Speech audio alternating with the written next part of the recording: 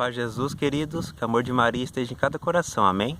É com muita alegria que estou aqui para compartilhar um pouco com vocês sobre os sacramentos. O que são sacramentos e quantos deles existem? Bom, primeiramente, sacramentos são canais da graça que Deus usa para se aproximar mais de nós. E eles são 7 sacramentos ao todo. E eles podem ser divididos, digamos, em 3 tópicos, que são os sacramentos de iniciação da vida cristã, os sacramentos de cura e os sacramentos de serviço.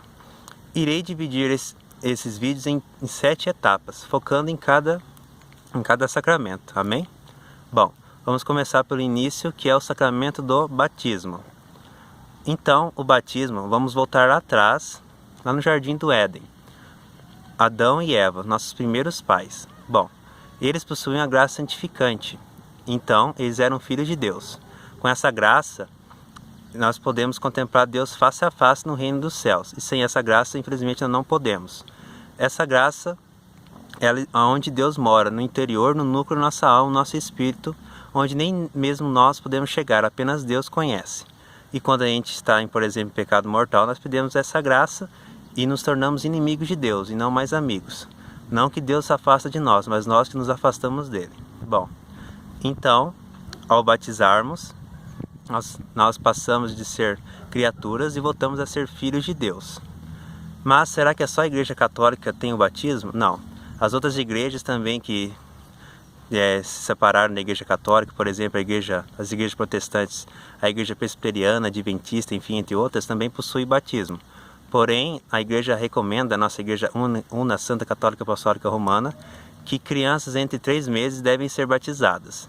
Por isso que tem os padrinhos, os pais lá para responderem para essa criança, pois ela ainda não pode falar por si mesma.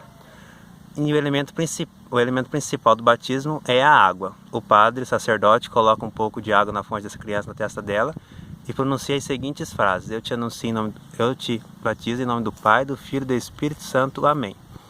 Então essa criança deixa de ser criatura e passa a ser filho de Deus, e ela é chamada a ser missionária, é chamada a proclamar o querigma.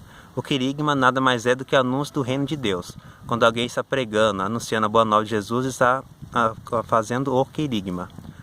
Então nós pertencemos daí à igreja, que é o corpo místico de Cristo. Cristo é a cabeça e nós somos os seus membros. Então a cabeça tem que, por exemplo, dizer para nós irmos para a direita e nós não devemos ir para a esquerda. Temos que estar em comum acordo, em unidade, em total sintonia. Amém? Mas será que só o sacerdote, só o padre pode batizar? Bom, normalmente sim, mas algumas exceções, casos extremos, casos urgentes. Por exemplo, se uma criança nascer num leito de hospital e estiver quase entrando em óbito, quase falecendo, um médico ou enfermeiro, por exemplo, mesmo que seja protestante, mesmo que seja evangélico, ateu, enfim, pode batizar essa criança. Era só colocar um pouco de água na fonte dessa criança e dizer aquelas palavras: eu te batizo em nome do Pai, do Filho e do Espírito Santo. Amém. Mesma coisa em casa. Se a criança nascer com uma formação, por exemplo, estiver quase morrendo assim, um pai ou a mãe ou o responsável, por exemplo, um adulto, pode também batizar essa criança da mesma maneira. Porém, se essa criança não vier a falecer, deve sim ser batizada normalmente. E o batismo só existe um, pessoal: o verdadeiro batismo, na Igreja Católica. Caso aconteça de um católico virar protestante, com certeza o pastor lá vai fazer ele batizar novamente.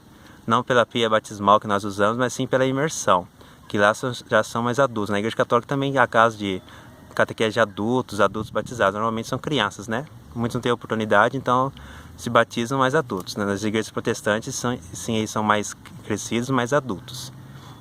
Amém? Já os protestantes que são batizados e deixam de ser evangélicos e passam a ser católicos, não precisa se batizar novamente. A Igreja Católica confirma esse batismo. Amém?